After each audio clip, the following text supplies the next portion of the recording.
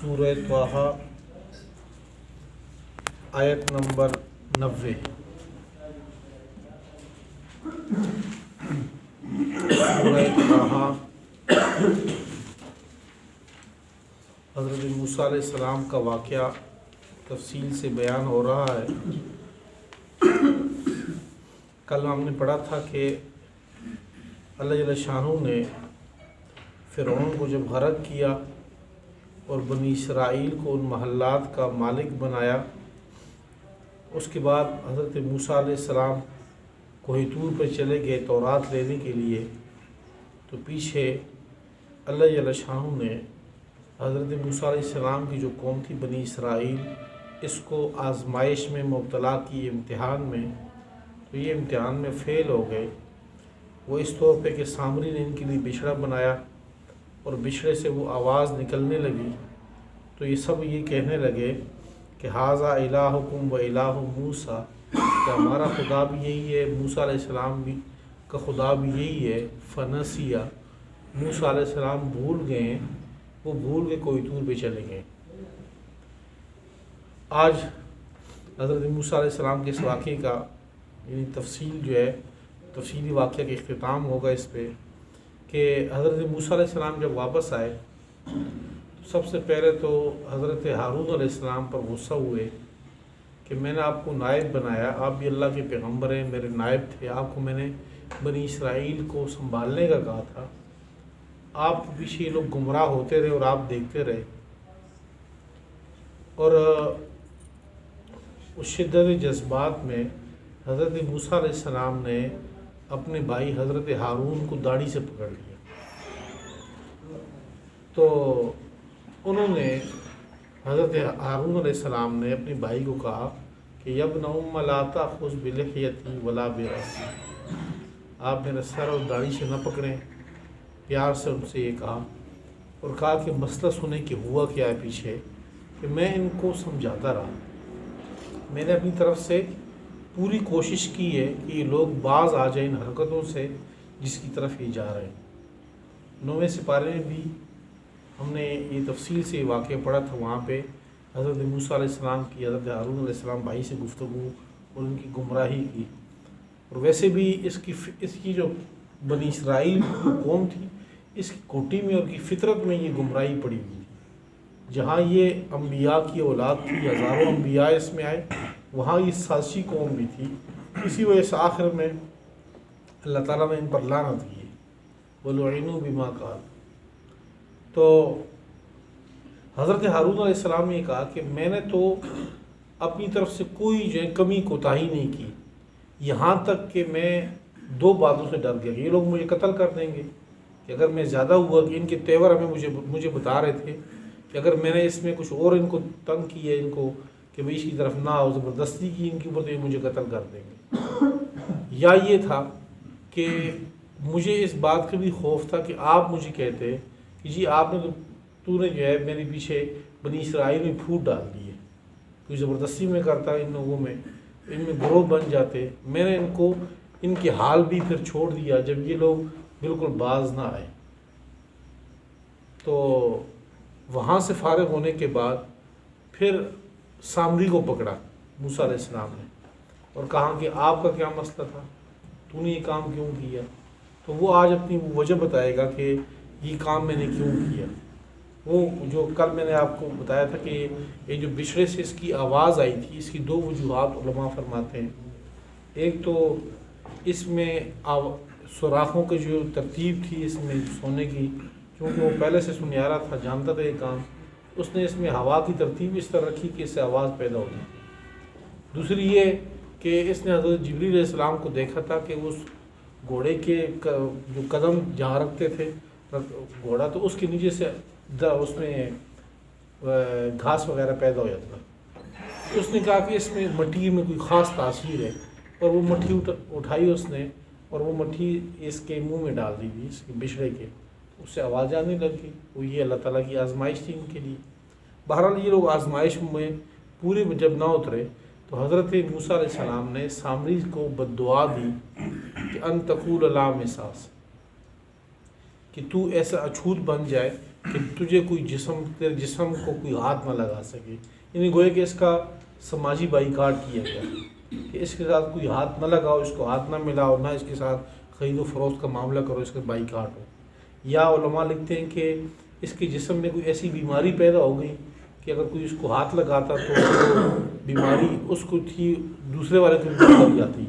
سامری کو بھی بخار چڑھ جاتا، دوسرے کو بھی بخار ہو جاتا، اس لیے سامری آگے سے خود اگلے لوگوں کو کہتا کہ مجھے ہاتھ نہ لگاؤ، کہ مجھے اگر ہاتھ لگاؤ گے تو مجھے بھی بیماری لگ جائے گی، تمہیں بھی لگ جائے گی۔ یہ تو دنیا کا عذاب اللہ نے دیا اس کو، کہا کہ آخرت میں اس کا عذاب اور آئے گا۔ اور یہ اس واقعے کے بعد پھر آگے قیامت کا تذکرہ ہے، وہاں کی کچھ حالات ذکر ہے۔ وَلَقَدْ قَالَ لَهُمْ ہارون، اور ہارون علیہ السلام، اور البتہ تحقیق کہا تھا ان سے، بنی اسرائیلیوں سے، ہارون علیہ السلام نے، من قبل، اس سے پہلے، موسیٰ علیہ السلام کے آنے سے پہلے حضرت ہارون نے بھی ان کو سمجھایا، یا قوم، اے میری قوم، انما فتنتم بھی، بے شک تم آزمائے گئے ہو، امتحان میں ڈالے گئے ہو، وَإِنَّ رَبَّكُمُ الرَّحْمَنُ، اور رب تمہارا رحمان ہے، وہ اللہ ہے، یہ بچڑا نہیں ہے، فَاتَّبِعُونِی، میرے پیچھے چلو، وَأَطِیعُوا أَمْرِی، میری حکم کی اطاعت کرو، میری بات کی۔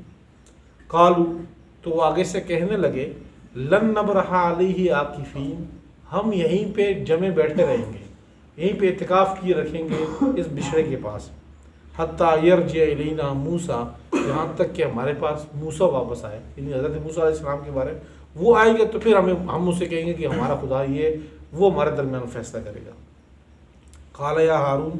حضرت موسیٰ علیہ السلام نے کہا، اے ہارون، ما منعک، کس چیز نے تو یہ روکا ہے، اذ رأیتہم ضلوا، جب تو نے ان کو گمراہی میں دیکھا، یہ گمراہی میں جا رہے ہیں، تو تجھے کس چیز نے منع کیا کہ تو ان کو روک نہیں رہا تھا؟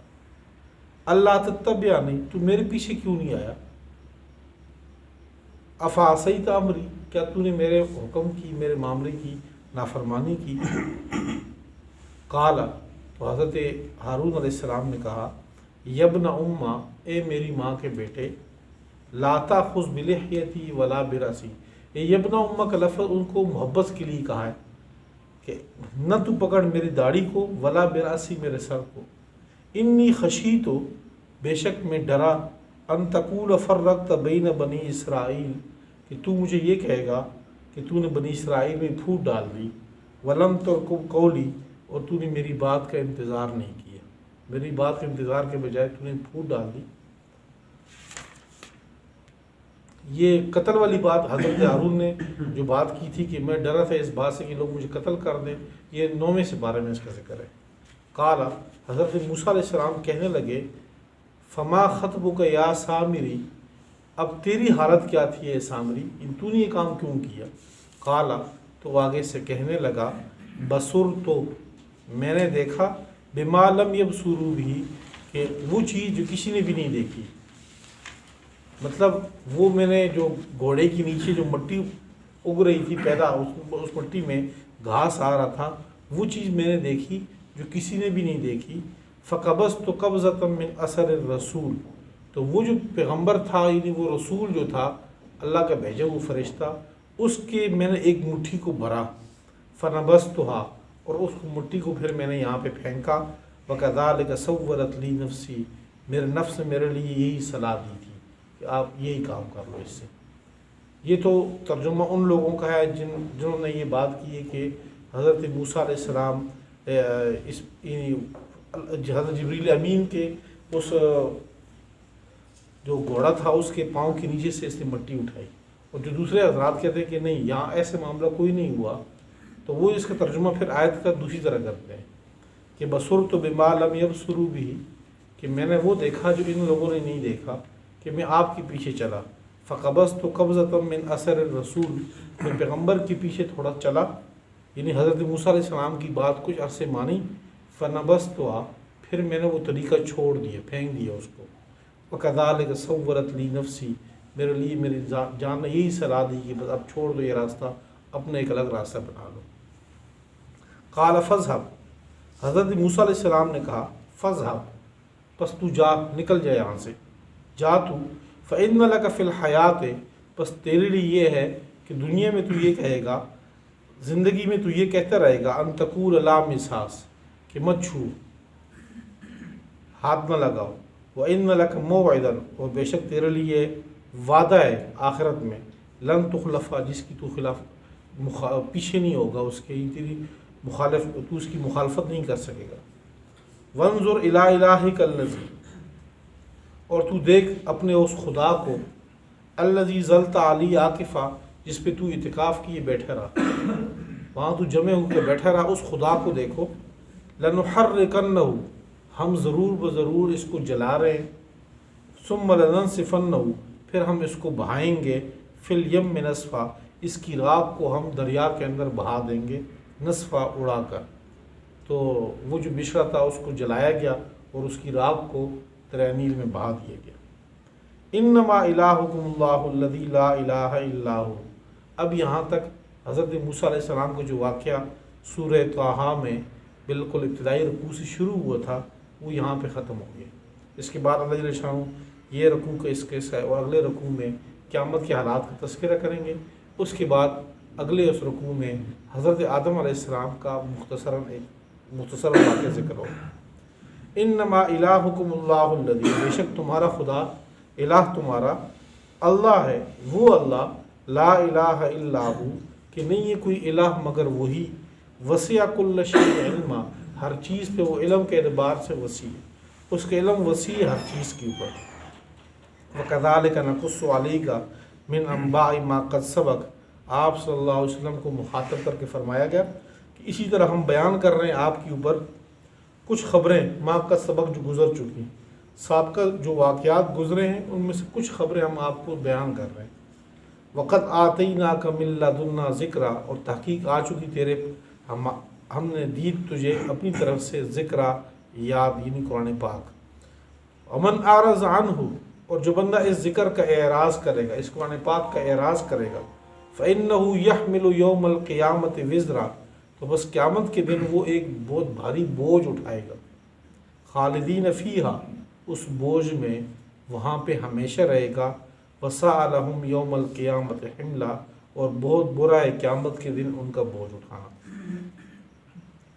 یوم ينفخ فی الصور، جس دن پھونکا جائے گا سور میں، نفخہ ثانیہ، دوسری مرتبہ جب حضرت اسرافیل پھونکیں گے تو وَنَحْشُرُ الْمُجْرِمِينَ،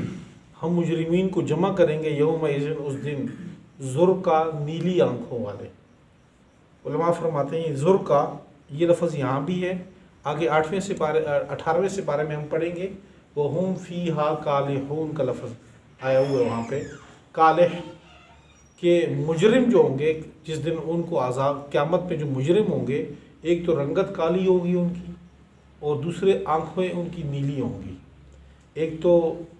نیلی آنکھوں کے ساتھ رنگ جب کالی ہو تو ویسے وہ بدصورتی کی انتہا پہ ہوتے ہیں، بندہ ان کی آنکھوں کو دیکھ نہیں سکتا، وہ بدصورت اور خوفناک شکل بن جاتی ہے ان کی، اور عرب تو ویسے بھی نیلی آنکھوں کو پسند نہیں کرتے۔ تو اللہ نے فرمایا کہ کل قیامت میں ان کو اس طرح اٹھاؤں گا کہ ان کی آنکھیں نیلی ہوں گی اور وہ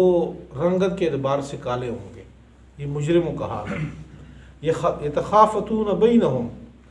ان لبثتم الا عشرا، آپس میں سرگوشیاں کریں گے، ان لبثتم، کہ نہیں تم ٹھہرے تھے، الا عشرا، مگر 10 دن، یعنی وہ مجرم آپس میں سرگوشیاں کریں گے کہ ہم لوگ اس سے پہلے، یا تو مراد قبر ہے کہ قبر کے اندر مرنے کے بعد ہم کتنا عرصہ ٹھہرے تھے، یا یہی جو پچھلی زندگی ہے دنیا والی، اس میں ہم کتنا ٹھہرے تھے۔ تو آپس میں سرگوشیاں کریں گے کہ وہ زمانہ جو ہم تو کہتے تھے قیامت ہے ہی نہیں، یہ تو ہمارے مرنے کے بعد قیامت آ گئی ہے، ہم تو اٹھائے گئے، کتنے عرصے بعد اٹھائے گئے، تو وہ اندازہ لگائیں گے یار کوئی 10 دن گزرے ہوں گے،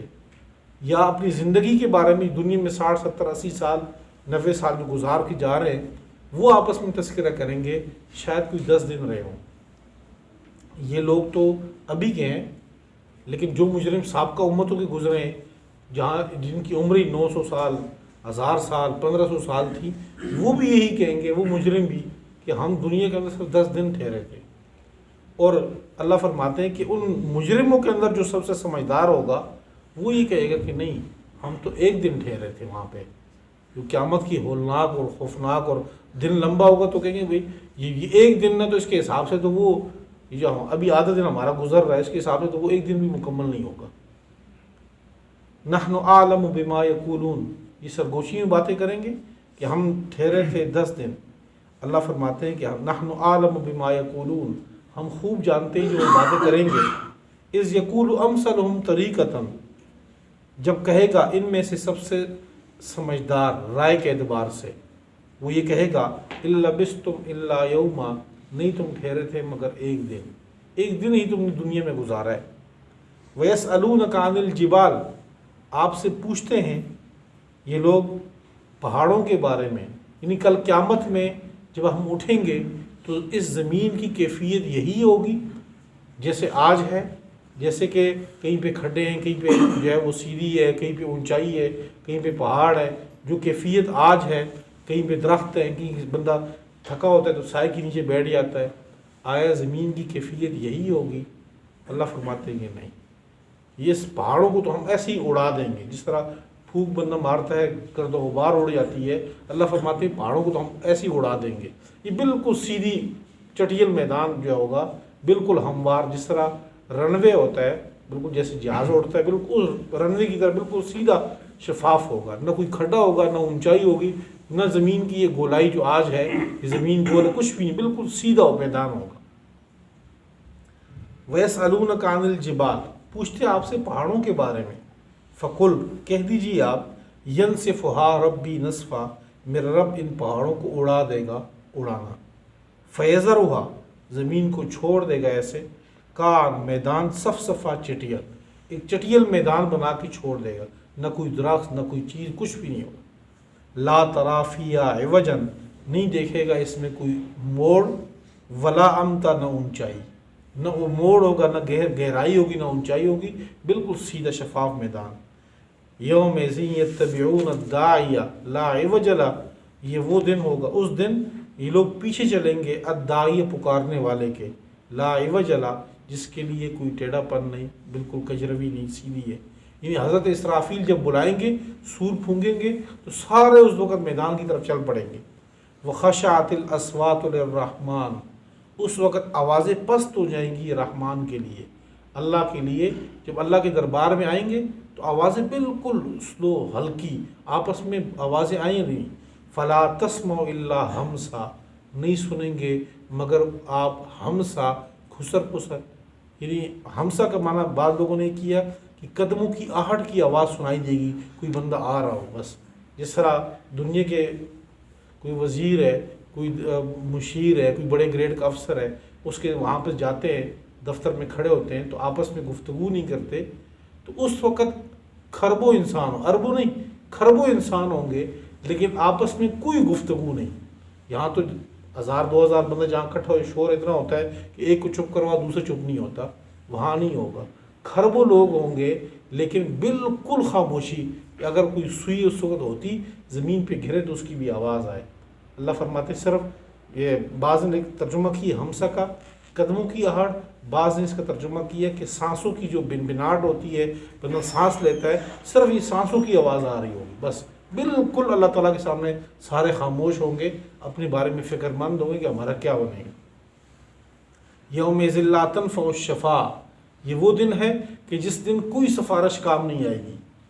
الا من اذن لہ الرحمن، مگر جس کو رحمان نے اجازت دی ہو، اللہ تعالیٰ نے جس کو سفارش کی اجازت دی ہو کہ ٹھیک ہے جی آپ سفارش کر لو، ورضی لہ قولا، اور اللہ اس کی بات پہ راضی ہو چکا ہو۔ یعلم ما بین ایدیہم وما خلفہم ولا یحیطون بہ علما، اللہ جانتا ہے ما بین ایدیہم، جو ان کے آگے آ رہا ہے، وما خلفہم، اور جو ان کے پیچھے ہے، ولا یحیطون بہ علما، یہ ساری مخلوق مل کے بھی اللہ کے علم کا احاطہ نہیں کر سکتی۔ وعنت الوجوہ للحی القیوم، عاجز ہو جائیں گے تمام چہرے الحی القیوم، اس ذات کے لیے جو زندہ ہے، القیوم جو قائم ہے۔ وقد خاب من حمل ظلما، تحقیق نقصان اٹھایا اس شخص نے، من حمل ظلما، جس نے ظلم کو اٹھایا ہو، شرک اٹھایا ہو۔